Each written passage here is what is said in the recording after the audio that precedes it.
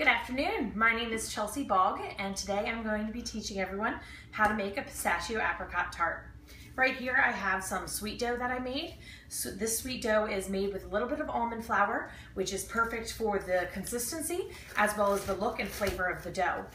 It gets a little bit of the almondy look to the dough, and it will roll out just beautifully for us. So first thing I'm going to do is I'm going to dust the countertop and the dough itself with a little bit of flour. This is going to help as we roll it out to avoid sticking to the countertop.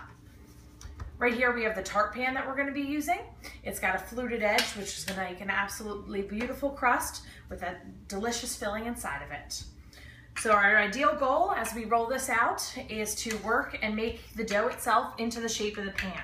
This will make us not waste as much dough and really be able to have it in the exact shape we need. So I'm going to work and roll it out a little bit. This is a very forgiving dough, so if things break or edges are cut off, it's totally fine. We can just press extra dough right back in, and it ends up beautiful. So as I stick a little bit, I'm going to flip the dough over. We'll add a little bit more flour to it. So you're massaging the dough, it'll help from all the sticking that we may make it. All right, so we keep working out this dough. We are working with the dough cold. Working with the dough cold helps to avoid those rips. I did let it set out for just a little bit, removing it from the refrigerator, and this has allowed it to be workable but still cold. All right, so the best way to do it when you want to fill the tart pan with your dough is I like to, we've got a little stickage, we're gonna take a little bit more flour underneath just so as we work with it. I like to peel my dough up and fold it back. We're gonna put the tart pan right where we were working and place it down, then pick it up and roll it right back. This covers it beautifully and allows you to move it around. Like I said, any rippage, anything like that, it's not that big of a deal. This dough is so forgiving. So now I'm making it so we have a little bit of extra dough inside of the tart pan. This will be so that the thickness remains the same and there is dough on the bottom of the pan as well as all the way up the sides. Now we take our rolling pin. See, we'll place it so we roll away from us. And we place it down and we're gonna put pressure right on the edges. This is gonna cut our dough so we have that beautiful fluted sides. I'm gonna remove all of the excess dough. This excess dough is great. One, we can make more tarts, but also this is such a versatile dough. We can use it for shortbread cookies, filled with a ganache center, truly anything. Wonderful. So now with the tart pan, we press onto the sides using one hand on the side and one hand on the top. Placing that one finger on the top, we'll leave it so you have a flat edge and a beautiful center, or a beautiful fluted look still. This is just forming the dough to the pan, allowing us to have an empty center where we're gonna fill with our pistachio frangipane and place apricots on top. So we're gonna work our way around, make it absolutely beautiful. If there's a little excess dough in a space, you can use your finger and just push it right off the side. We'll add this right back. And wonderful. So now here I have made our pistachio frangipane. A frangipane traditionally is flavored with almond flour. This still has some almond flour in it, but I replaced part of the almond flour with pistachios. I made my own pistachio flour by taking whole pistachios and grinding them in a food processor. All right here we have a piping bag. The best way to fill a piping bag is to open it up at the top. Not the easiest thing to do, covered in flour. But we're going to open it right at the top and we're going to fold it back. The process of folding it back will, one, protect our hand and make a way to grab it, but also make it so as we pipe, it does not shoot up to the top. I have a spoon here and I'm going to take some of our filling. It's a beautiful color, really incorporates the spring colors. The apricots will make a great look as well. So we press it down into the bag.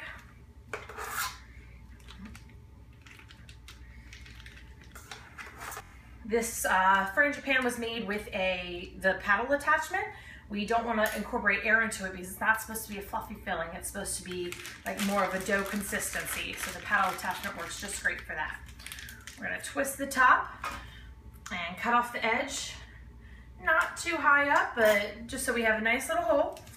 The pattern itself is not anything we're worried about. We are going to be taking an offset spatula and smoothing it right out. We are working to have ideal consistency through the whole thing, so it's even and has the same amount of filling from either side of the tart. So I'm just going to work in a zigzag back and forth pattern. The dough is a little bit cold, but it does help that it's come to room temperature a little bit, which makes it flow out very nicely. So just going back and forth to fill the whole tart shell. And the biggest thing is seeing these corners and making sure they're even as well. So I'm going to do a little strip up each side and down the other. All right, so we're not filling it all the way to the top because we need place for it to rise, as well as for the apricots to go right into it. So I'm going to take my offset spatula. I absolutely love this offset spatula because it comes to a point a little bit, which really allows me to get into those corners. So I'm going to take it here and I'm just smoothing it out, again ensuring we have full consistency and that at each bite you get will have the optimum taste and the same amount of filling. Right through. We are. Now, for the apricots, I have taken dried apricots and I have rehydrated them. Rehydrating them takes that chewy dried apricot and adds life back into it. These are really great for baking with, and they're also just a great sweet treat. With the dried apricots, they split perfectly into two, so they take it in the center and they rip right open. Like to do this so each bite of the tart gets a bite of apricot, but is not too overwhelming. So what we're going to do is we're going to take the apricots and we're going to carefully place them each into place. We are going to snug them up just a little bit. So like I said, each bite gets a piece. This also, lining up the apricots, is perfect for portioning out your tart. If you are serving your tart more as a bar dessert, you can cut straight across each piece, which I'm going to be doing in just a little bit for you. But if you're doing it as more a dessert display or having all different things presented or passed around, you can cut it in straight down as well and have little squares. This is a great spring dessert, really incorporates some fun flavors, and it's a little different, something people may not have tried before.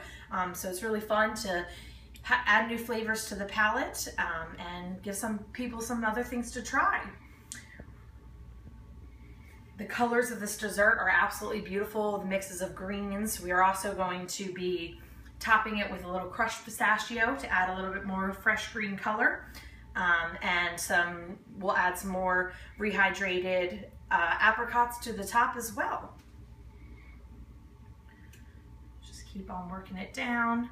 Really makes a beautiful coloring and pattern, and when it bakes, it is just to die for. So after we line up all the apricots down the tart, we are going to be taking an egg wash, and we're going to be egg washing the crust as well as the apricots themselves. This is going to keep the apricots from drying out in the oven and allow that crust to get a beautiful golden brown color. This egg wash, all we have here is just some egg yolk and water. It's the proteins in the egg yolk are really going to allow it to get that golden brown color and just look beautiful, as well as not have these apricots not dry out in the baking process. So we'll work our way down. If you have a full-size pastry brush, that's totally fine too. You can brush down the entire dessert. It doesn't affect the actual pistachio frangipane itself. So we're going to brush all of the apricots and as well do a nice little square along the crust. It allows that beautiful color to come to the crust and it bakes and make that crunchiness to the dessert, as well as the soft filling and the smooth apricot centers. So now we're going to take this, we'll put it right into the oven. We bake it at 350 for 35 to 40 minutes. There we are. I worked up earlier and I made one for us to see. So when it bakes, you can see we have the beautiful apricot centers, the pistachio frangipane, the fluted edges to the crust. And how we're going to cut it today is we're going to cut it as in bars so everyone can grab a piece. They'll get 2 apricots or 1 full apricot per slice. It works great if we just press right on down.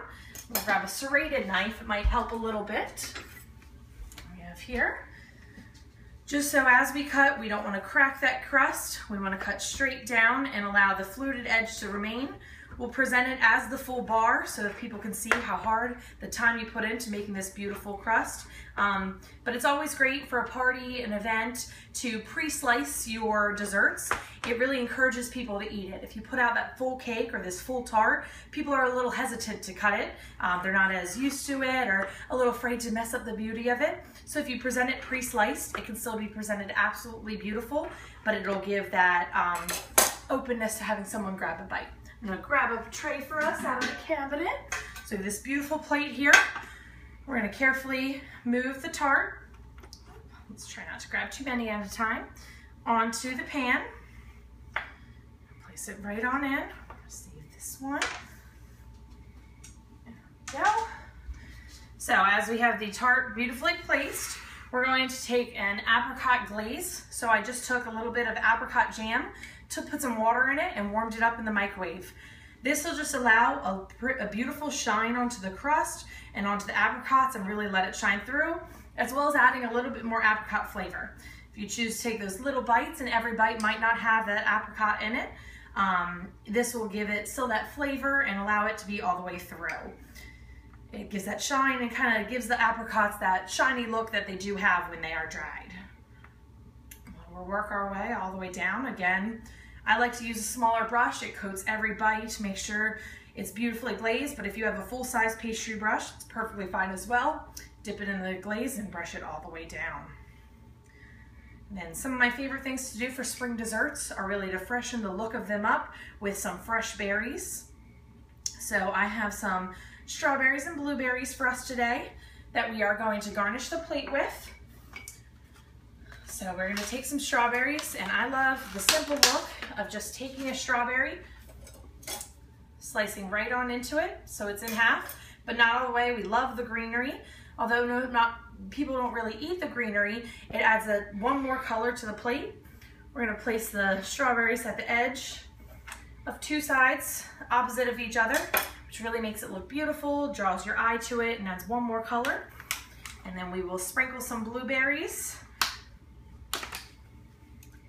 right around the side. Again, just that one more color dresses up the plate and adds something fun to it. I really hope you enjoyed watching me make this pistachio apricot tart today. I hope you take the time, make it yourself, and enjoy every single bite of it. Thanks for joining me.